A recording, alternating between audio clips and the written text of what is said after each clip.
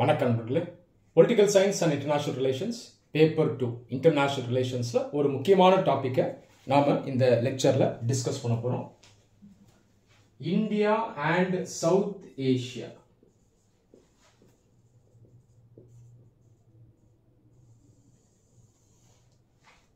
South Asia அப்படின்ற ரீஜனை நீங்கள் ஜிஎஸ்ல படிச்சிருப்பீங்க.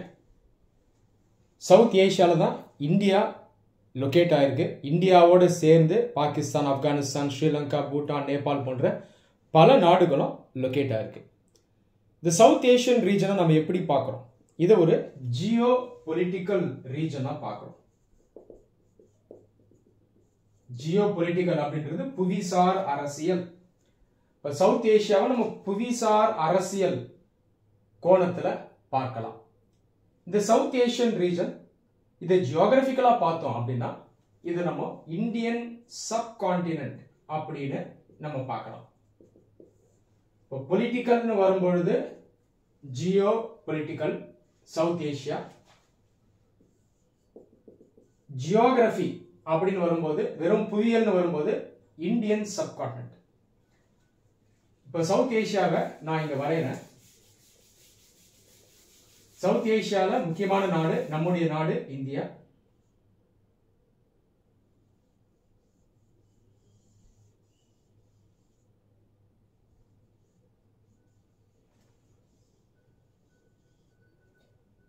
இந்தியாவோடு சேர்ந்து இன்னும் நிறைய நாடுகள் இந்த சவுத் ஏஷியன் ரீஜன்ல இருக்கு. பாகிஸ்தான், ஆப்கானிஸ்தான், நேபாள், பூட்டான், பங்களாதேஷ், மால்டிவ்ஸ், ஸ்ரீலங்கா. மால்டிவ்ஸ், ஸ்ரீலங்கா இந்தியாவோட லேண்ட் பார்டர் ஷேர் பண்ணல. ஆனா இந்த ரெண்டு நாடுகளும் மேரிடைம் பார்டரை இந்தியாவோட ஷேர் பண்ணுது. அதாவது கடல் எல்லை தான் பார்க்க முடியும், நிலத்துல எல்லையை பார்க்க முடியாது. இதே ஜியோகிராபிக்கலா இந்த ரீஜனை பார்த்தோம்னா நம்ம இந்தியன் சப்கான்டினென்ட் அப்படின்னு சொல்றோம். ஏன் இந்த சப்கான்டினென்ட் சொல்றோம்னா ஏஷியாங்கிறது கான்டினென்ட். இந்த ஏஷியன் கான்டினென்ட்டுக்குள்ளேயே இந்த சவுத் ஏஷியான்ற பகுதி ஒரு முக்கியமான பகுதியா இருக்கு. ரெஸ்ட் ஆஃப் ஏஷியாவை கம்பேர் பண்ணும்போது இந்த பகுதி பார்த்தீங்கன்னா யூனிக்கா இருக்கும். நீங்க ஜியோகிராபிக்கலா பாருங்க. சவுத் ஏஷியாவை நார்த்ல ஹிமாலயாஸ்,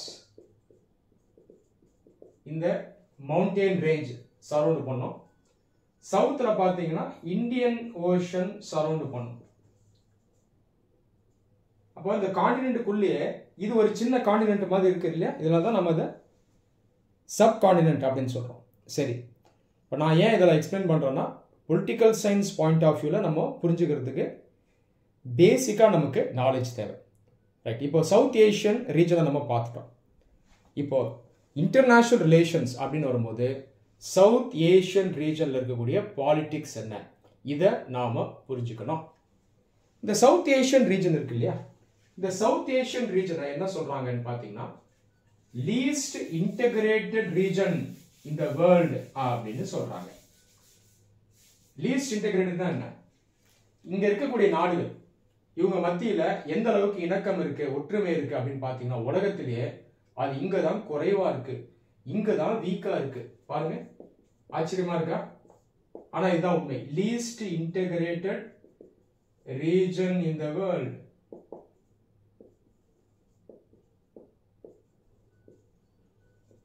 எதுவெல்லாம் லீஸ்ட் இன்டெகிரேட்டட்னு பார்த்தீங்கன்னா எக்கனாமிக், பொருளாதார ரீதியா இன்டெகிரேஷன் கம்மியா இருக்கு, பொலிட்டிக்கல் அரசியல் ரீதியா கம்மியா இருக்கு, செக்யூரிட்டி பாதுகாப்புன்னு வரும்போதும் நாடுகள் மத்தியில கோஆபரேஷன் இல்லை, அது இல்லாம culture, people to people contacts அப்படின்னு வரும்பொழுதும் இன்டெகிரேஷன் ரொம்பவே வீக்கா இருக்கு. ஒட்டுமொத்தமா இந்த சவுத் ஏஷியன் ரீஜன் இருக்கு பாருங்க, இத நிறைய பொலிட்டிக்கல் சயின்டிஸ்ட் ஒரு ரீஜனாவே கன்சிடர் பண்றது கிடையாது.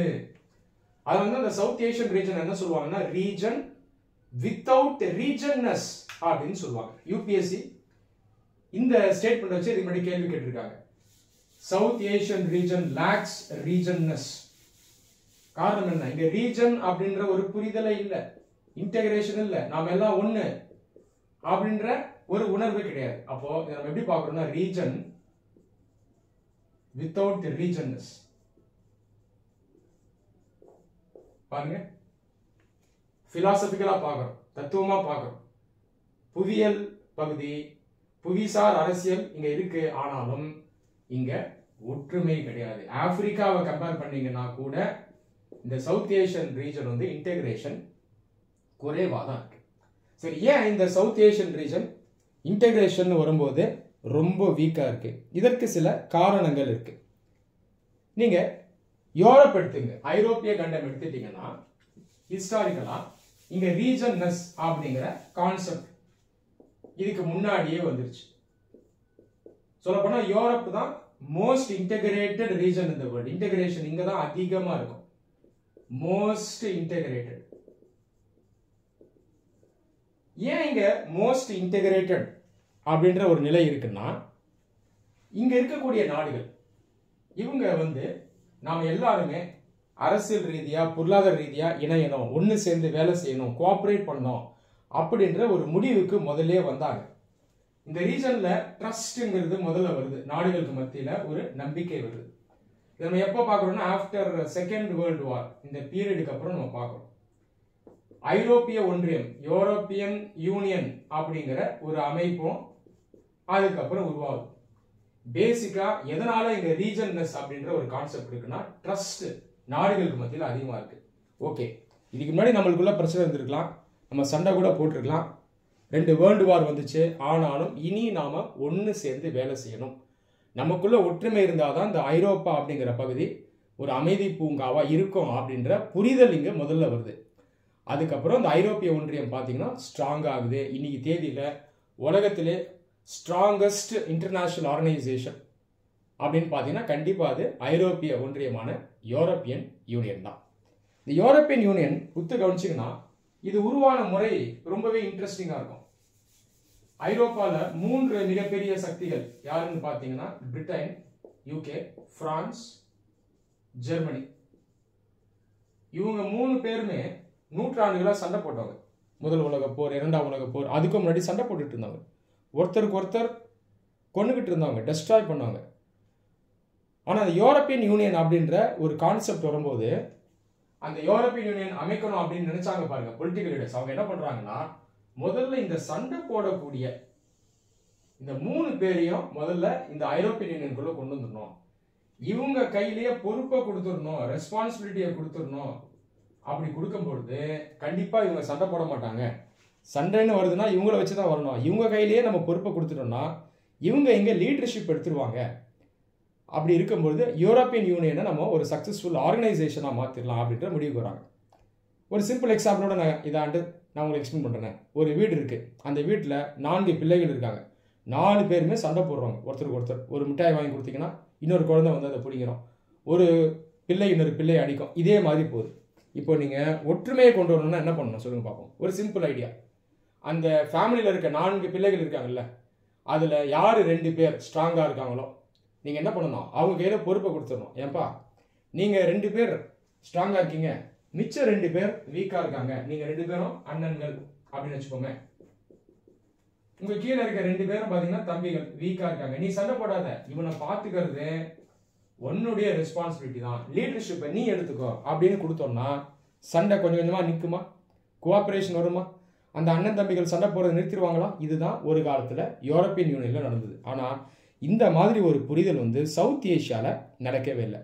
இதற்கு நிறைய ஹிஸ்டாரிக்கல் ரீசன்ஸ் இருக்கு, அதை நம்ம ஒன்று ஒன்றா பார்க்கலாம்.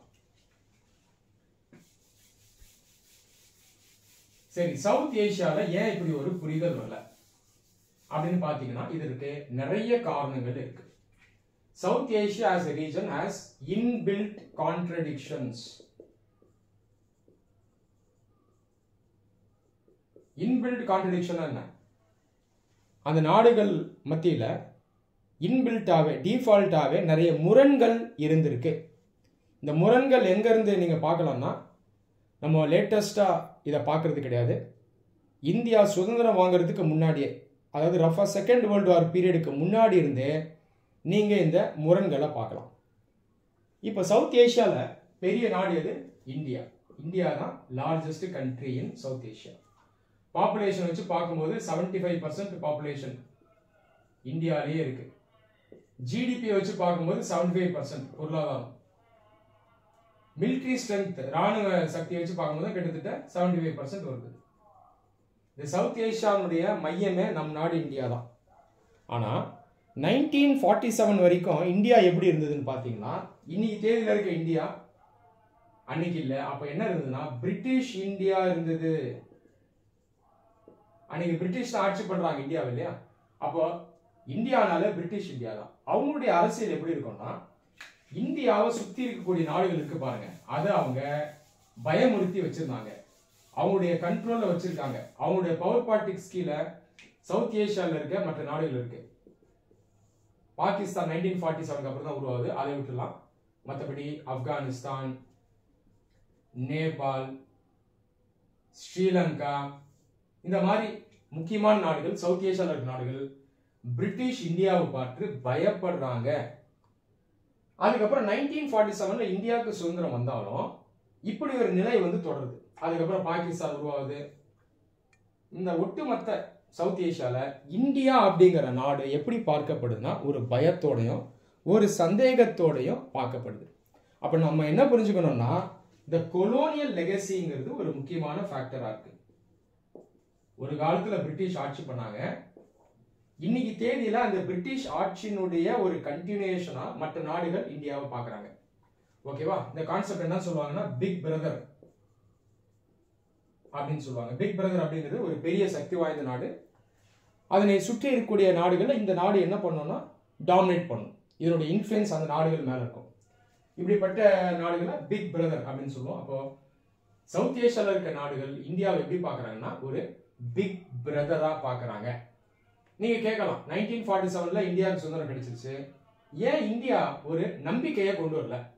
ஏன் மற்ற நாடுகள் இந்தியாவை பார்த்து ஒரு ஃப்ரெண்டா அவங்க நினைக்கல? ஏன் இந்தியாவை நோக்கி அவங்க முன் வரல அப்படின்னு கேட்கலாம். இதற்கு சில காரணங்கள் இருக்கு. இந்தியா 1947 சுதந்திரம் வாங்குது. அன்னைக்கு தேதியில நேரு பிரைம் மினிஸ்டரா இருக்காரு. நேரு அவர்களுடைய முதற்கண் அவருடைய ஃபோக்கஸ் எதுல இருக்குன்னு பாத்தீங்கன்னா, 1947 சுதந்திரம் வாங்கிட்டோம், இனி இந்த சவுத் ஏஷியா அப்படின்ற ரீஜனுக்கு அந்நிய சக்திகள் மறுபடியும் வந்துடக்கூடாது, நேரடியா வந்து அவங்க ஆட்சி பண்ணனாலும் அவங்களுடைய அரசியல் இங்க திரும்ப வரக்கூடாது அப்படிங்கிறதுல நேரு ரொம்பவே கவனமா இருந்தார். இவர் கொண்டு வந்த ஒரு கோட்பாடு இன்டர்நேஷனல் ரிலேஷன்ஸ்ல அதை என்ன சொல்லுவாங்கன்னா இந்தியாஸ் வெர்ஷன் ஆஃப் மான்ரோ டாக்டர்னு சொல்லுவாங்க. மான்ரோ டாக்டர் எந்த நாட்டுடையது பாத்தீங்கன்னா அமெரிக்காவுடையது. 19th செஞ்சுரியில அமெரிக்கா ஒரு கோட்பாடை கொண்டு வராங்க. நார்த் அமெரிக்கா, சவுத் அமெரிக்கா, இதை வந்து வெஸ்டர்ன் ஹெமிஸ்பியர்னு சொல்லுவாங்க. இந்த வெஸ்டர்ன் ஹெமிஸ்பியர்ல ஐரோப்பிய நாடுகள் அவங்களுடைய அரசியலை கொண்டு வரக்கூடாது. ஏற்கனவே உங்களுடைய அரசியல் இங்க இருந்தது, இனி நீங்க இங்க வரக்கூடாது, உங்களுடைய ஏகாதிபத்தியம் இங்க இருக்கக்கூடாது. இங்க யார் லீடர்ஷிப் எடுத்துப்பானா நான் தான் லீடர்ஷிப் எடுத்துப்பேன் அப்படின்னு யாரும் சொல்றா? அமெரிக்கா சொல்றாங்க. இதுதான் மான்ரோ டாக்டர். இந்த மாதிரியான ஒரு மான்ரோ டாக்டர்னை அந்த காலத்துல நேரு முன்னெடுத்து வச்சாரு. அதற்கு பேர் மான்ரோ டாக்டர் கிடையாது, ஆனா பொலிட்டிக்கல் சயின்டிஸ்ட் அதை நேருஸ் மான்ரோ டாக்டர் அப்படின்னு பாக்குறாங்க. நேருஸ் மான்ரோ டாக்டரின் படி இந்த சவுத் ஏஷியன் ரீஜன் இருக்கு பாருங்க, இந்த சவுத் ஏஷியன் ரீஜன் அப்ராக்சிமேட்டா சவுத் ஏஷியாவை நான் வரைகிறேன். இந்த சவுத் ஏஷியன் ரீஜனுக்குள்ள அந்நிய சக்திகளுடைய ஏகாதிபத்தியம் இருக்கக்கூடாது, நியோ இம்பீரியலிசம் இருக்கக்கூடாது, நியோ கொலோனியலிசம் இருக்கக்கூடாது. ஏற்கனவே பல ஆண்டுகளா நம்ம இங்க சஃபர் ஆகியிருக்கோம், இனி நம்ம அடிமைப்பட முடியாது அப்படிங்கிறதுல நேரு கண்ணாக இருக்கிறார். அப்ப அவருடைய போக்கஸ்லாம் எதுல இருக்குன்னா சவுத் ஏஷியாவுக்குள்ள அந்நிய சக்திகள் வரக்கூடாது, இதுலதான் அவர் வந்து போக்கஸ் பண்றாரு. அதே நேரத்தில் 1945 அப்புறம் கோல்டு வார் பாலிடிக்ஸும் இந்த உலகத்தில் ரொம்ப ஸ்ட்ராங்கா இருக்கு. கோல்டு வார் பாலிடிக்ஸ்ல கவனிச்சிங்கன்னா ரெண்டு வல்லரசுகள் இருந்தது, யுஎஸ்ஏ, யுஎஸ்எஸ்ஆர். யுஎஸ் அவங்க லீட் பண்ணக்கூடிய டீம் வந்து வெஸ்டர்ன் பிளாக் அப்படின்னு சொல்றோம், மேற்கத்திய நாடுகள்.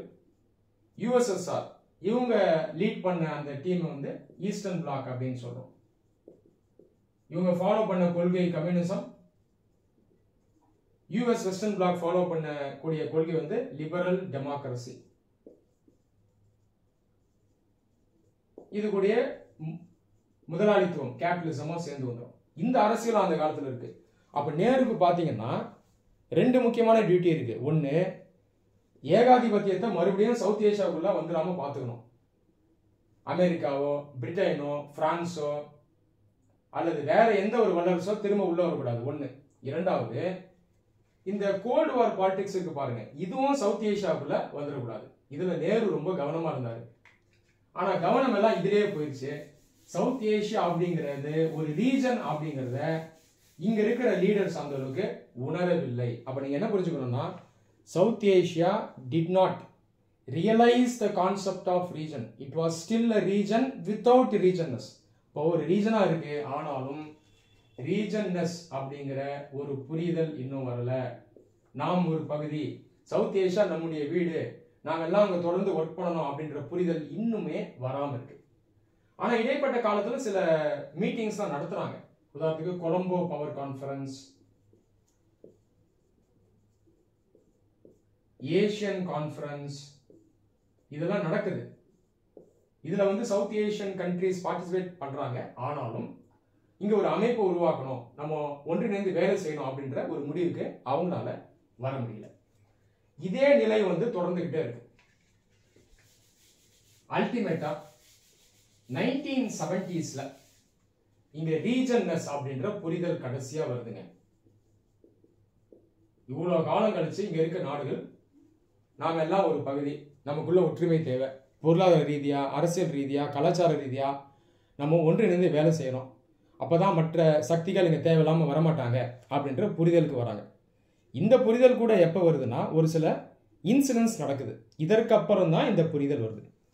ஃபர்ஸ்ட் இன்சிடென்ட் என்னன்னு பாத்தீங்கன்னா, கிரியேஷன் ஆஃப் பங்களாதேஷ் இந்த இயர் 1971. 1971 இந்தியா பாகிஸ்தான் வார் நடக்குது. அதனுடைய எண்டுல பங்களாதேஷ் புது நாடா உருவாகுது. அப்ப இங்க பாத்தீங்கன்னா எல்லா நாடுகளும் இந்த டெவலப்மெண்ட்டை பாக்குறாங்க. சவுத் ஏசியால ஒரு மாற்றம் வந்திருக்கு, ஒரு புதிய நாடு உருவாகி இருக்கு. இந்த புதிய நாடு உருவானதுக்கு காரணம் பாத்தீங்கன்னா இந்தியாவுடைய அரசியல் இருக்கு, பாகிஸ்தானுடைய அரசியல் இருக்கு. இந்த ஒரு இன்சிடென்ட் வந்து இங்க இருக்கக்கூடிய எல்லா நாடுகளையும் ஒரு அட்டென்ஷனுக்கு கொண்டு வருது. செகண்ட், இன்னொரு பெரிய இன்சிடென்ட் நடக்குது. 1979 யுஎஸ்எஸ்ஆர் என்ன பண்றாங்கன்னா, ஆப்கானிஸ்தானை இன்வேட் பண்றாங்க. நான் ஏற்கனவே சொன்னலையா, கோல்டு வார் பாலிடிக்ஸ் இருக்குது. 1945 to 1991 வரைக்கும் கோல்டு வார் பாலிடிக்ஸ். யுஎஸ்எஸ்ஆர் ஒரு வல்லரசு. 1979 ஆப்கானிஸ்தான்ற சவுத் ஏசியன் கண்ட்ரியை அவங்க இன்வேட் பண்ணிருக்காங்க. இது நிறைய பேருக்கு ஒரு அதிர்ச்சியை கொடுக்குது. நீங்க பிரிட்டிஷ் இந்தியா ஆட்சி செஞ்ச வரைக்கும் ஒத்து கவனிச்சிங்கன்னா, ரஷ்யன்ஸ் வந்து சவுத் ஏசியாவுக்குள்ள வந்ததில்லை. இது அந்த அளவுக்கு நம்ம ஹிஸ்டரி புக்ஸ்ல டிஸ்கஸ் பண்ணாத ஒரு கான்செப்ட். பிரிட்டிஷ் பீரியட்ல ரஷ்யன் எம்பையருக்கும் ரஷ்ய பேரரசுக்கும் பிரிட்டிஷ் பேரரசுக்கும் ஒரு போட்டி இருந்தது. இது பேர் கிரேட் கேம் அப்படின்னு சொல்லுவாங்க. ஆசிய கண்டத்துல இவங்க ரெண்டு பேருக்கும் இடையே இருந்த அந்த போட்டியை தான் கிரேட் கேம்னு சொல்றோம். பிரிட்டிஷ் பாத்தீங்கன்னா ரஷ்யன்ஸ் சவுத் ஏசியாவுக்குள்ள வந்துடக்கூடாது அப்படின்றதுல ரொம்ப கவனமா இருந்தாங்க. ரஷ்யன்ஸ் எப்படி சவுத் ஏசியாவுக்குள்ள வர முடியும்னு பாத்தீங்கன்னா ஆப்கானிஸ்தான் மூலமா தான் வர முடியும். அதனால தான் பிரிட்டிஷ் இந்தியாவை ஆட்சி செய்யும் போதும் ஆப்கானிஸ்தானையும் சேர்த்து அவங்களுடைய கண்ட்ரோல்ல வச்சாங்க. ஆனா 1979 யாரும் எதிர்பாராத ஒரு விதமா யுஎஸ்எஸ்ஆர் என்ன பண்ணுதுன்னா ஆப்கானிஸ்தானுக்குள்ள வருது. இது வரைக்கும் யுஎஸ்எஸ்ஆர் அதாவது ரஷ்யன்ஸ் சவுத் ஏசியாவுக்குள்ள வர முயற்சிக்கல, டைரக்டா வர முயற்சிக்கல. முதல் முறையா டைரக்டா வராங்க. எப்போ? 1979. அப்போ இங்க இருக்க நாடுகள் இதை பத்தி சிந்திக்க நினைக்கிறாங்க. இங்க கோல்டு வார் பாலிடிக்ஸ் டைரக்டாவே உள்ள வந்துருச்சு. ஒரு வல்லரசு ஒரு சவுத் ஏசியன் கண்ட்ரியை தன்னுடைய கையில் எடுத்துருச்சு. இனியும் நம்ம பொறுத்திருக்க கூடாது, இந்த சவுத் ஏசியால நமக்குள்ள ஒற்றுமை வரணும் அப்படின்ற எண்ணம் வந்து இந்த 1970s தான் வருது. So regionness is a late concept in South Asia. புரிதலே பொறுமையாக தான் வருது. அதுக்கப்புறம் சார்க் அப்படின்ற அமைப்பு உருவாகுது. இது முக்கியமான டேர்னிங் பாயிண்ட். 1980s உருவாகுது சார்க். இந்த சார்க் அப்படின்ற அமைப்பு இதை உருவாக்கணும்னு நிறைய லீடர்ஸ் ஐடியா கொடுக்குறாங்க. இதுல முக்கியமான லீடர் யாருன்னு பாத்தீங்கன்னா பங்களாதேஷி லீடர் ஜியா உர் ரஹ்மான். இவர் தான் இந்த சார்க்குக்கான ஐடியாவை 1970s கொடுக்கிறார். அதுக்கப்புறம் மற்ற லீடர்ஸும் இந்த சார்க் அப்படின்ற ஒரு அமைப்பை நம்ம உருவாக்கலாம் அப்படின்னு அதில் இன்ட்ரெஸ்ட் காட்டுறாங்க. அல்டிமேட்டாக சார்க்ன்ற அமைப்பு 1985 உருவாகுது. இப்படி தான் சார்க் உருவாச்சு. ஆப்பிரிக்கன் யூனியன், யூரோப்பியன் யூனியன் இதெல்லாம் கம்பேர் பண்ணும்போது சவுத் ஏஷியாவில் ஒரு அமைப்பு ரொம்பவே லேட்டாக தான் உருவாச்சு. நீங்களே பார்க்கலாம். 1945 செகண்ட் வேர்ல்டு வார் முடிஞ்சு கிட்டத்தட்ட 40 வருடங்கள் கழிச்சு தான் சார்க் அப்படின்ற அமைப்பு இங்கே உருவாகுது. இந்த சார்க் உருவாகினாலும் தொடர்ந்து இந்த சவுத் ஏஷியன் கண்ட்ரீஸ் மத்தியில் அந்த அளவுக்கு ஒரு ஸ்ட்ராங் கோஆபரேஷன் கிடையாது. தொடர்ந்து இந்த சவுத் ஏஷியன் ரீஜன் ஒரு லீஸ்ட் இன்டெகிரேட்டட் ரீஜனாக தான் இருக்கு. காரணம் என்ன அப்படிங்கிறத நம்ம பார்த்தோம்னா இதில் நமக்கு நிறைய இன்சைட்ஸ் கிடைக்குது. இதை பற்றி நிறைய பொலிட்டிக்கல் சயின்டிஸ்ட் டிஸ்கஸ் பண்ணியிருக்காங்க. ஒன்று ஒன்றா பார்க்கலாம். கேன்டோரி அண்ட் ஸ்பீகல் இந்த ஸ்காலர்ஸ் சவுத் ஏஷியன் ரீஜனை ஸ்டடி பண்ணுறாங்க, சார்க்கையும் ஸ்டடி பண்ணுறாங்க. அவங்க இந்த south Asian region and SAARC இதை எப்படி பார்க்குறாங்கன்னா ஒரு ரீஜனல் ஸ்டேட் சிஸ்டமாக பார்க்குறாங்க. ஏஷியாவுக்குள்ளே ஒரு பிராந்தியமாக இந்த சவுத் ஏஷியாவை பார்க்குறாங்க. அதை ஒரு சிஸ்டமாக பார்க்குறாங்க. அது என்ன சிஸ்டம் அப்படின்னு பார்த்தீங்கன்னா அதில் 3 பார்ட்ஸ் இருக்கு. ஒன்று கோர் மையம், இன்னொன்று பெரிஃபரி. இந்த கோரை சுற்றி இருக்கிறது தான் பெரிஃபரி, ரைட்டுங்களா? மூணாவது இன்ட்ரூசிவ். மூணா பிரிக்கிறாங்க இந்த 2 ஸ்காலர்ஸும், கோர், பெரிஃபரி அண்ட் இன்ட்ரூசிவ்.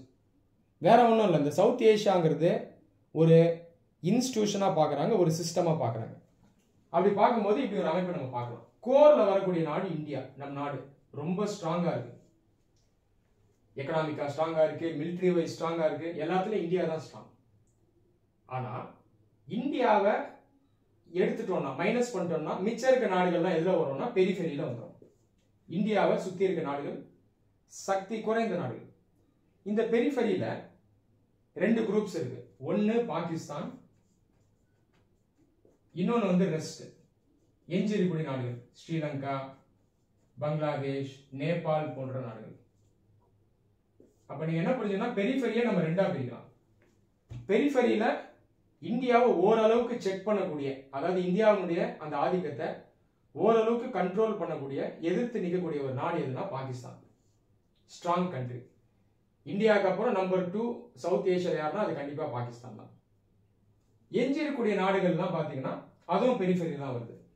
இந்த நாடுகளால இந்தியாவை டைரக்டா எதிர்க்க முடியாது, இந்தியாவை செக் பண்ண முடியாது. ஆனா ஓரளவுக்கு பண்ணலாம், இன்டைரக்டா பண்ணலாம். உதாரணத்துக்கு மற்ற வல்லரசுகளோட அல்லது மற்ற பெரிய நாடுகளோட அலையன்ஸ் வச்சுக்கிறது மூலமாக இந்தியாவை இவங்களால செக் பண்ண முடியும். உதாரணத்துக்கு ஸ்ரீலங்கா சைனாவோட கூட்டு சேர்வதன் மூலம், கூட்டு அப்படின்றது அலையன்ஸ் சேர்வதன் மூலம் இந்தியாவை செக் பண்ணலாம், இந்தியா மேல பிரஷர் போடலாம். அதே போலதான் நேபாளம், நேபாள் சைனாவோட அலையன்ஸ் வச்சுக்கிறதுனால இந்தியாவை செக் பண்ணலாம். ஆனா இந்தியாவை டைரக்டா செக் பண்ணக்கூடிய ஒரே நாடு எதுன்னு பாத்தீங்கன்னா பாகிஸ்தான். மூன்றாவது இன்ட்ரூசிவ் பவர். இன்ட்ரூசிவ் பவர் அப்படிங்கிறது சவுத் ஏஷியால இருக்கக்கூடிய நாடுகள் கிடையாது, சவுத் ஏஷியாவுக்கு வெளியே இருக்கக்கூடிய நாடுகள். ஆனா அவங்களுடைய அரசியலும் அவங்களுடைய ஆதிக்கமும் பாத்தீங்கன்னா சவுத் ஏஷியா மேல இருக்கும். இந்த நாடுகளை இன்ட்ரூசிவ் பவர்னு சொல்றோம். முக்கியமான நாடுகள் யாருன்னு பாத்தீங்கன்னா யூகே, யூஎஸ், மேற்கத்திய நாடுகள். அது நம்ம கிழக்குல இருந்து வரும்போது முக்கியமான நாடு சைனா. மெயினா அந்த 3 நாடுகள் தான் இன்ட்ரூசிவ் பவர்ஸ். உதாரணத்துக்கு சவுத் ஏஷியால இருக்க பாகிஸ்தான், இந்த பாகிஸ்தான் மேல யூஎஸ், யூகேனுடைய இன்ஃப்ளூயன்ஸ் ஹெவியா இருக்கு. ஒரு காலத்துல ஹெவியா இருக்கு, இன்னைக்கும் இருக்கு. அதே போல சைனாவுடைய இன்ஃப்ளூயன்ஸும் பாகிஸ்தான் மேல ஹெவியா இருக்கு. புரியுதுங்களா? பாகிஸ்தான் இல்லாம மற்ற நாடுகள் ஸ்ரீலங்கா, பங்களாதேஷ், நேபாள் இந்த மாதிரி நாடுகள் மேலையும் இந்த இன்ட்ரூசிவ் பவர்ஸ் பாத்தீங்கன்னா அவங்களுடைய இன்ஃப்ளூயன்ஸை கொண்டு வருவாங்க. Recent example Maldives. மால்டிவ்ஸ்ல ஒரு சில வருடங்கள் முன்னாடி ஆட்சி மாறிச்சு. இதுக்கு முன்னாடி இருந்த ஆட்சி பாத்தீங்கன்னா இந்தியாவுக்கு சாதகமா இருந்தது. டெமோக்ராட்டிக் பார்ட்டி அப்படின்ற கட்சி ஆட்சி பண்ணுச்சு. இப்ப இருக்க கட்சி வந்து ப்ரோக்ரசிவ் பார்ட்டி. இந்த ப்ரோக்ரசிவ் பார்ட்டி யாரோட க்ளோஸா இருக்காங்கன்னு பாத்தீங்கன்னா சைனாவோட க்ளோஸா இருக்காங்க. சைனா யாரு? Intrusive power. புரியுதா? அப்போ மால்டீவ்ஸ்ங்கிறது பெரிஃபெரி. இந்த நாடு சைனா ஒரு சக்தி வாய்ந்த நாடோட கூட்டணி வச்சிருக்கு. இதனால யாருக்கு பிரஷர்னு பாத்தீங்கன்னா இந்தியாவுக்கு பிரஷர். இதுதான் இந்த ரீஜனல் ஸ்டேட் சிஸ்டம். அடுத்து சவுத் ஏசியாக்குள்ள பொலிட்டிக்கலா, கல்ச்சரலா, ரிலீஜியஸா நிறைய முரண்கள் இருக்கு. சவுத் ஏசியால இருக்க 8 நாடுகள். இதுல பூட்டான் மட்டும்தான் மோனார்கி. லீகலா பாத்தீங்கன்னா சட்ட ரீதியா இது மட்டும்தான் மன்னராட்சி. எஞ்சிருக்கூடிய நாடுகள் எல்லாமே டெமோக்ரசி, லீகலா டெமோக்ரசி. ஆனா உண்மையான டெமோக்ரஸியான்னு பாத்தீங்கன்னா உண்மையான டெமோக்ரசி கிடையாது. ஒரே நாடு சவுத் ஏசியால உண்மையான டெமோக்ரசி, பிராக்டிகல் டெமோக்ரசி அப்படின்னா அது இந்தியா மட்டும்தான். இந்திய முரண்கள் நிறைய இருக்கா? Real democracy only India, rest all not real democracy. Pakistan வந்து ஹைபிரிட் டெமோக்ரசி. ஹைபிரிட்ன்றது டெமோக்ரசி ஃபீச்சர் இருக்கும், அதோட சேர்ந்து மிலிட்டரி ரூலும் இருக்கும். இது ஹைபிரிட் டெமோக்ரசி. உள்ள எவ்வளவு முரண்கள் இருக்கு பாருங்க. கலாச்சார ரீதியாகவும் ஹிஸ்டரி வச்சு பார்த்தாலும் இந்த சவுத் ஏசியாவுக்குள்ள நிறைய சிமிலாரிட்டிஸ் இருக்கும். ஆனாலும் அதை தாண்டி நிறைய முரண்கள் சவுத் ஏசியாவுக்குள்ள இருக்கு. இதனாலதான் இந்த ட்ரஸ்ட் உருவாக மாட்டுது. ஒருத்தரும் வித்தியாசமா இருக்காங்க, ஒன்றிணைய முடியல, கஷ்டமா இருக்கு. இந்தியாவுக்கு ஓரளவுக்கு ரொம்ப சிமிலரான நாடு எதுன்னு பாத்தீங்கன்னா நேபாள். நிறைய பேருக்கு இதை பத்தி நாலேஜ் இருக்காது. நேபாள் இந்தியா மாதிரியே செக்யூலர் கண்ட்ரி. இது ஒரு டெமோக்ரசி, இது ஒரு ரீபப்ளிக்கும் கூட. ஒரு காலத்துல இதுவும் மன்னராட்சியா இருந்தது, ஆனா இன்னைக்கு கிட்டத்தட்ட இந்தியா மாதிரி இருக்கு. நேபாளும் இந்து மெஜாரிட்டி கண்ட்ரி, இந்தியாவும் இந்து மெஜாரிட்டி கண்ட்ரி. சவுத் ஏசியாவுக்குள்ள சில இஸ்லாமிக் கண்ட்ரிஸும் இருக்கு. முக்கியமான இஸ்லாமிக் கண்ட்ரிஸ் பாத்தீங்கன்னா பாகிஸ்தான், பங்களாதேஷ், ஆப்கானிஸ்தான், மால்டீவ்ஸ். கிட்டத்தட்ட எல்லா முஸ்லிம் மெஜாரிட்டி கண்ட்ரிஸுமே இஸ்லாமிக் கண்ட்ரிஸ் தான். இஸ்லாமிக் கண்ட்ரியா இருந்தா அது செகுலரா இருக்காது. இஸ்லாமிக் கண்ட்ரியை நம்ம எப்படி ஐடென்டிஃபை பண்ணணும்னா, ஒரு நாட்டில் முஸ்லிம் மக்கள் வந்து மெஜாரிட்டியா இருக்கணும். அது இல்லாம அந்த நாட்டில் சட்டம் இருக்கு பாருங்களா, அதுல குறைஞ்சபட்சம் ஓரளவுக்கு இஸ்லாமிக் லா இருக்கணும். மதத்திலிருந்து சட்டம் இருந்தது அப்படின்னா அந்த நாடு நம்ம இஸ்லாமிக் கண்ட்ரின்னு சொல்றோம். ஓரளவுக்கு அங்க வந்து இஸ்லாமிக் லா இருக்கணும். டிகிரியை வச்சுதான் பார்க்கணும். டிகிரி கம்மியா இருக்கலாம், அதிகமா இருக்கலாம். குறைஞ்சபட்சம் இஸ்லாமிக் லா இருக்குன்னா அது இஸ்லாமிக் கண்ட்ரி. ஸோ இந்த முரண்களை நீங்களே பார்க்கலாம். இந்த அளவுக்கு கலாச்சார, அரசியல் முரண் இருக்கிறதுனால, அதோட சேர்த்து மத ரீதியாக முரண் இருக்கிறதுனால இந்த நாடுகள்லாம் ஒண்ணு சேர மாட்டாங்க. சரி, இப்போ சவுத் ஏசியால ஸ்காலர்ஸ் ஐடென்டிஃபை பண்ற முக்கியமான சேலஞ்சஸ் ஒவ்வொன்றா பார்த்துடலாம். முக்கியமான ஸ்காலர்ஸுடைய வியூவும் பார்த்துடலாம். ஸ்டீஃபன் கோஹன் சவுத் ஏசியாவை பத்தி நிறைய ரிசர்ச் பண்ணுவார். இவர் என்ன சொல்றாருன்னா, சவுத் ஏசியாவில் நம்ம பார்க்கக்கூடியது இன்செக்யூரிட்டி சிண்ட்ரோம் அப்படின்னு சொல்றாரு. சிண்ட்ரோம்னா ஒரு பிரச்சனை, வீக்னஸ். பிரச்சனை எப்படி இருக்கா? இன்செக்யூரிட்டி, பாதுகாப்பின்மை இருக்கான். மெயினா எந்த 2 நாடுகளை வச்சு பார்க்கறாருன்னா இந்தியா, பாகிஸ்தான் வச்சு பார்க்கறாரு. இந்தியாவும் பாகிஸ்தானும் எதிரிகளா இருக்காங்க. ஒருத்தருக்கு ஒருத்தர் எப்ப வேணா அட்டாக் பண்ணலாம். ஒருத்தர் மேல ஒருத்தர் சந்தேகப்படுறாங்க. இதனால இந்த சவுத் ஏசியால செக்யூரிட்டிங்கிற கான்செப்டே இல்லாம இருக்கு, இன்செக்யூரிட்டி தான் இருக்கு. இந்த நாடுகள் எப்பயுமே என்ன யோசிக்கிறாங்கன்னா, ஒருத்தருக்கு ஒருத்தர் பாதுகாப்போடு இருந்தா போதும், என்ன மற்றவங்க கிட்ட இருந்து பாதுகாத்துக்கிட்டா போதும், எதிரி கிட்ட இருந்து பாதுகாத்துக்கிட்டா போதுமே தவிர இன்னொரு நாடோட சேர்ந்து நான் செக்யூரிட்டிக்காக, அதாவது பாதுகாப்புக்காக வேலை செய்யணும் அப்படின்னு அவங்க யோசிக்கிறது கிடையாதுன்னு சொல்றாரு. சிம்பிளா சொல்லணும்னா, மேக்சிமைசிங் செக்யூரிட்டி அண்ட் ஃபியரிங் இன்செக்யூரிட்டி. தன்னுடைய பாதுகாப்பை மட்டுமே யோசிக்கிறது, இங்க பாதுகாப்பின்மை பத்தி பயப்படுறது. இது ஸ்டீஃபன் கோஹன் சொல்றது முக்கியமான ஒரு வியூ. இந்தியா பாகிஸ்தான் பார்டர் டிஸ்பியூட்டை பத்தி அவர் சொல்றாரு. கோஹன் பார்டர் டிஸ்பியூட்டை பத்தி பேசும்போது சியாச்சன் கிளேஷியர் டிஸ்பியூட் இருக்கு பாருங்க, இமயமலையில இந்தியாவுக்கும் பாகிஸ்தானுக்கும் ரொம்ப காலமா டிஸ்பியூட் இருக்கு. அதை ரிமார்க் பண்றாரு. ரொம்ப இன்ட்ரெஸ்டிங் ரிமார்க் அவர் முன்னெடுத்து வைக்கிறார். என்ன சொல்றாருன்னா, சியாச்சன் கிளேஷியர்ல இந்தியாவும் பாகிஸ்தானும் போட்டுட்டு இருக்கக்கூடிய இந்த ராணுவ சண்டை, இப்போ நம்ம டைரக்டா சண்டை போடல, ட்ரூப்ஸ் அங்க வச்சிருக்கோம், ஆனாலும் அது ராணுவ ரீதியான ஒரு பிரச்சனை தான். அவர் எப்படி பார்க்கறாருன்னா, 2 மனிதர்கள், தலையில முடி இல்லாத மனிதர்கள் சீப்புக்காக சண்டை போட்டா எப்படி இருக்கும், அந்த மாதிரி இந்தியாவும் பாகிஸ்தானும் சியாச்சன் கிளேஷியர்ல சண்டை போடுறீங்க அப்படின்னு சொல்றாரு.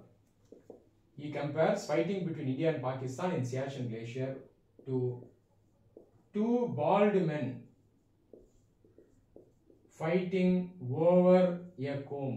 பாருங்க, இந்த மாதிரி அவர் வந்து மென்ஷன் பண்றாரு. அவர் சொல்ல வர்றது என்னன்னா, தேவையில்லாம சண்டை போட தேவையில்லை, ஒற்றுமையோட போங்க அப்படின்னு அவர் சொல்றாரு. இதை தாண்டி இந்தியாவும் நிறைய இனிஷியேட்டிவ்ஸை முன்னெடுத்து வைக்கல. இந்தியா சைட்லையும் நிறைய ஃபெயிலியர்ஸ் இருக்குது அப்படிங்கிறத ஸ்காலர்ஸ் ஐடென்டிஃபை பண்ணியிருக்காங்க.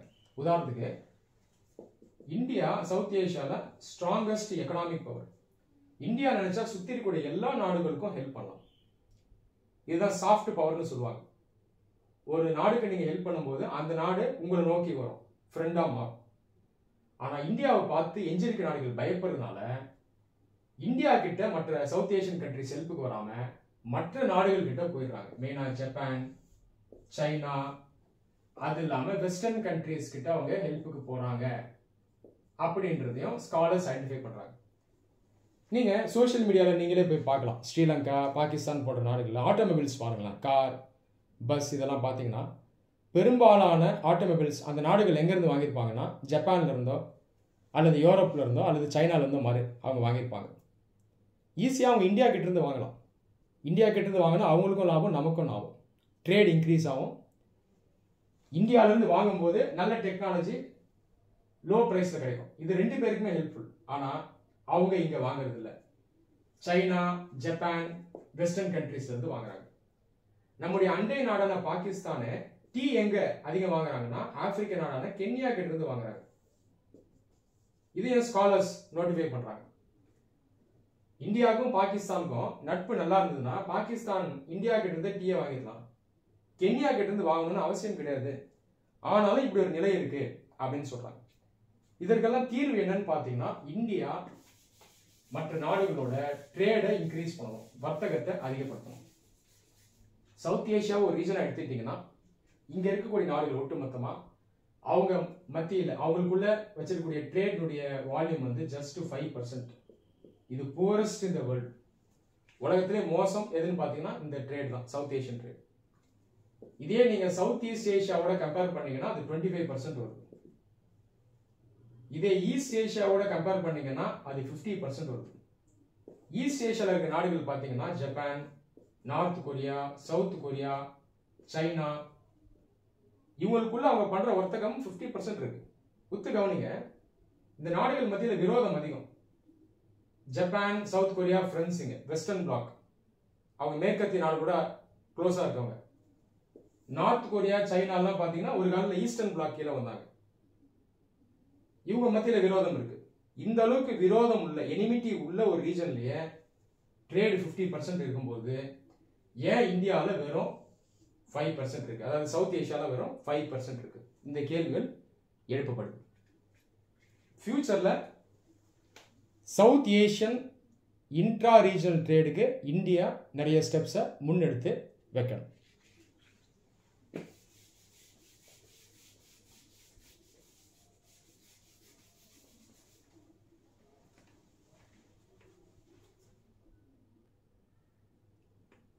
உங்க நிறைய பேருக்கு நான் சொல்றது இன்ட்ரெஸ்டிங்கா இருக்கும்.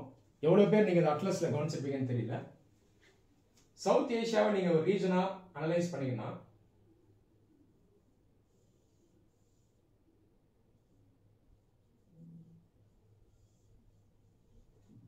உங்களுக்கு நல்லா தெரியும், இந்தியா பாகிஸ்தான் தவிர்த்து சவுத் ஏஷியால வேற எந்த நாடுமே இன்னொரு நாடை பார்டர் பண்றது கிடையாது. நீங்களே செக் பண்ணி பார்த்துக்கலாம். இந்தியா ஆப்கானிஸ்தானுக்கு பார்டர் இருக்கு, ஆனா பாகிஸ்தான் இந்தியாவில் ஒரு பகுதியை ஆக்குபை பண்ணிட்டதுனால தற்போதைக்கு இந்தியாவுக்கும் ஆப்கானிஸ்தானுக்கும் டைரக்ட் பார்டர் கிடையாது. புரியுதுங்களா? இந்தியா மட்டும்தான் எல்லா நாடுகளையும் பார்டர் பண்ணுது. நேபாள், பூட்டான், பங்களாதேஷ், மால்டீவ்ஸ், ஸ்ரீலங்கா எல்லாத்தையும் பார்டர் பண்ற ஒரே நாடு இந்தியா தான். இதை தாண்டி குறைஞ்சபட்சம் 2 நாடுகளோட பார்டர் வச்சிருக்க நாடு பார்த்தீங்கன்னா பாகிஸ்தான். ஆப்கானிஸ்தானோட பார்டர் இருக்கும், இந்தியாவோட பார்டர் இருக்கும். வேற எந்த நாடுகளுக்கு மத்தியிலையும் சவுத் ஏஷியாவில் பார்டர் கிடையாது. இதுவே ஒரு பெரிய வீக்னஸ் தான். இதனாலேயே இந்த ரீஜன் வந்து இன்டிகிரேட் ஆக மாட்டேங்குது. ஓகே ஃப்ரெண்ட்ஸ், இப்போ சவுத் ஏஷியாவில் இருக்கக்கூடிய ப்ராப்ளம்ஸ் என்ன, ஏன் சவுத் ஏஷியா லீஸ்ட் இன்டிகிரேட்டட் ரீஜனாக இருக்கு, ஏன் இந்த ரீஜன்னஸ் இல்லாமல் இருக்கு, இதை நம்ம டீட்டெயிலாக டிஸ்கஸ் பண்ணிட்டோம். ஃபியூச்சர்ல சவுத் ஏஷியன் ரீஜன் இன்டகிரேட் ஆகிறதுக்கு நம்ம என்ன செய்யணும், ஸ்காலர்ஸ் முன்னெடுத்து வச்சிருக்கக்கூடிய சஜஷன்ஸ் என்ன, இதை நம்ம ஒன்று ஒன்றா பார்க்கலாம். பிஜி வர்கீஸ் ஜேர்னலிஸ்ட், அவருடைய புக் வாட்டர்ஸ் ஆஃப் ஹோப், அவர் என்ன சொல்றாருன்னா, சவுத் ஏஷியாவில் நிறைய நதிகள் இருக்கு, இந்த நாடுகள் சண்டை போடுறதை நிறுத்திட்டு இந்த நதி நீரை வச்சு அவங்க ஃப்ரெண்ட்லியாக கோஆப்ரேட் பண்ணாலே இந்த ரீஜன் இன்டெகிரேட் ஆயிரும் அப்படின்னு சொல்கிறார். இது ஒரு முக்கியமான suggestion. Boundaries do not matter, people do அப்படின்றத அவருடைய புக்கில் மென்ஷன் பண்ணியிருக்காரு. உதாரணத்துக்கு இந்தியா பாகிஸ்தான் இவங்க ரெண்டு பேரும் இண்டஸ் நதி மூலமா ஒத்துழைக்கலாம். இந்தியா பங்களாதேஷ் இவங்க ரெண்டு பேரும் கங்கா நதி மூலமா ஒத்துழைக்கலாம். பிரம்மபுத்திரா மூலமா ஒத்துழைக்கலாம். நிறைய வாய்ப்புகள் இருக்கு. வேளாண்மை, இந்த மாதிரி ஆப்பர்ச்சுனிட்டிஸ் எங்கெல்லாம் இருக்கோ அங்க கோஆபரேட் பண்ணணும்னு பிஜே வர்கீஸ் சொல்றாரு. நெக்ஸ்ட் ஸ்காலர் சுஹாசினி ஹைடர், அவங்க என்ன சொல்றாங்கன்னா, இந்தியாவுக்கும் பாகிஸ்தானுக்கும் நிறைய பிரச்சனைகள் இருக்குதான், உண்மைதான். ஆனாலும் சவுத் ஏஷியான்னு வரும்பொழுது இந்த ரீஜனுக்கு பாகிஸ்தான் வந்து ஒரு ஸ்பாய்லரா இருக்கு. ஸ்பாய்லர்னா இந்த ரீஜனை இன்டிகிரேட் பண்ண விடாம பண்ணுது. சார்க் மீட்டிங் பல வருஷமா நடக்கல. இதுக்கு காரணம் சவுத் ஏஷியாவுக்குள்ள பாகிஸ்தான் பல வருடங்களா பயங்கரவாதத்தை தூண்டுது. அப்ப நம்ம என்ன பண்ணலாம்னா, சார்க் மைனஸ் பாகிஸ்தான் அப்ரோச்சுக்கு போகலாம் அப்படின்னு சொல்றாங்க. பாகிஸ்தானை ஒதுக்கிட்டு சார்க் மீட்டிங்கை நம்ம கண்டக்ட் பண்ணுவோம். சார்க்ல மற்ற நாடுகளோட நம்ம பேச்சுவார்த்தை நடத்துவோம். இந்தியாவை விரும்பி வர நாடுகளோட நம்ம ஃப்ரெண்ட்ஷிப் மெயின்டைன் பண்ணுவோன்ற சஜஷனை அவங்க தராங்க. நெக்ஸ்ட் ஸ்காலர் பார்த்தா கோஷ்,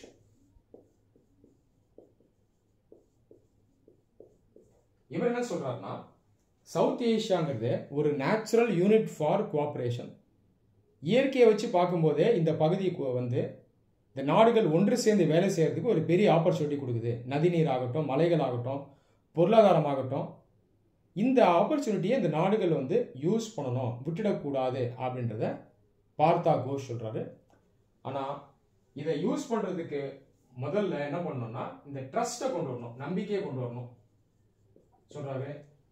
முரண்கள், கான்ட்ரடிக்ஷன்ஸ் இருக்கு பாருங்க, இதை நம்ம தீர்க்க வேணும் அப்படின்னு சொல்றாரு. அதுக்கப்புறம் தான் இந்த சவுத் ஏஷியான்றது ஒரு நேச்சுரல் யூனிட் ஃபார் கோஆபரேஷனா மாறும் அப்படிங்கிற ஐடியாவை இவர் முன்னெடுத்து வைக்கிறார். இதை தாண்டி ஒரு சில முக்கியமான சஜஷன்ஸ், ரெக்கமெண்டேஷன்ஸ் பார்த்தீங்கன்னா, சார்க் எங்கெல்லாம் சக்சஸ்ஃபுல்லா இல்லையோ, சார்க் மீட்டிங்ல ஒரு தீர்மானம் கொண்டு வருவாங்க, அதை நம்மளால இம்ப்ளிமெண்ட் பண்ண முடியல, ஒன்றும் பிரச்சனை இல்லை, பீம்ஸ்டெக் அமைப்பு மூலமா இதை அமல்படுத்தலாம் அப்படின்னு ஒரு ஐடியாவும் இருக்குது. பீம்ஸ்டெக் அமைப்பு சவுத் ஏஷியாவையும் சவுத் ஈஸ்ட் ஏஷியாவையும் இணைக்கக்கூடிய ஒரு அமைப்பு. இந்த பீம்ஸ்டெக்ல ஒரு பெரிய அட்வான்டேஜ் என்னன்னு பாத்தீங்கன்னா, பாகிஸ்தான் கிடையாது இதுல. அதனால பாகிஸ்தான் இந்தியாவுக்குள்ள பிரச்சனை சார்க் மீட்டிங்ல வராது, முரண்பாடு வராது, விரோதம் இருக்காது. ஆனா இங்க சவுத் ஈஸ்ட் ஏஷியான்ற இன்னொரு ரீஜன்ல இருந்து சில நாடுகள் வராங்க. யார் வராங்க பாத்தீங்கன்னா, தாய்லாந்து வருது, அடுத்து மியான்மர் வருது. அப்ப பீம்ஸ்டெக்ன்றது ஒரு wider area of cooperation, broad பேஸ்டா இருக்கு.